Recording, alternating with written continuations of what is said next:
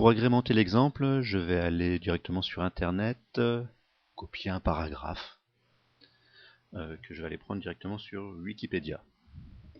Donc je vais sur Internet, voilà par exemple sur ce site, et je prends le premier paragraphe qui m'est présenté. Je le sélectionne, je copie, je retourne sur Word, et je vais le coller, voilà, quelques lignes sous mon premier mot.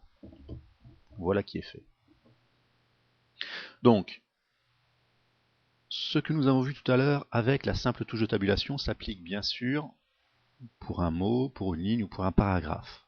C'est-à-dire, si je me place maintenant ici, devant ce paragraphe, et que je tabule, automatiquement, le paragraphe entier suit. Alors, petit rappel pour voir le paragraphe lui-même.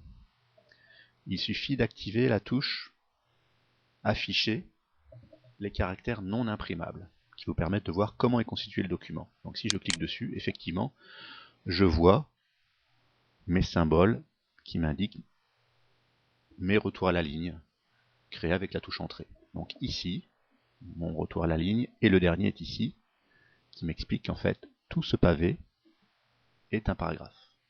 Juste avec les tabulations manuelles, on voit ici correspond le taquet de début de mon paragraphe. Ici, mon taquet de fin de paragraphe. Et le dernier qui est ici, c'est le retour à la ligne, à partir de la deuxième ligne du paragraphe. Voilà, si je clique dessus, on voit la délimitation.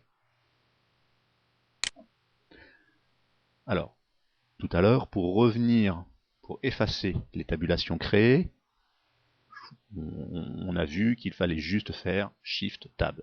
Sinon, vous pouvez le faire manuellement avec la souris. Si je veux par exemple ma deuxième ligne la faire revenir au tout début, il suffit juste de cliquer sur le symbole du haut, de maintenir appuyé la souris et de le ramener. Par exemple, si mon retour à la ligne, je veux le faire plus loin, par exemple au niveau du 4, il suffit que je prenne ce symbole-là, de l'amener sur le 4 et de lâcher.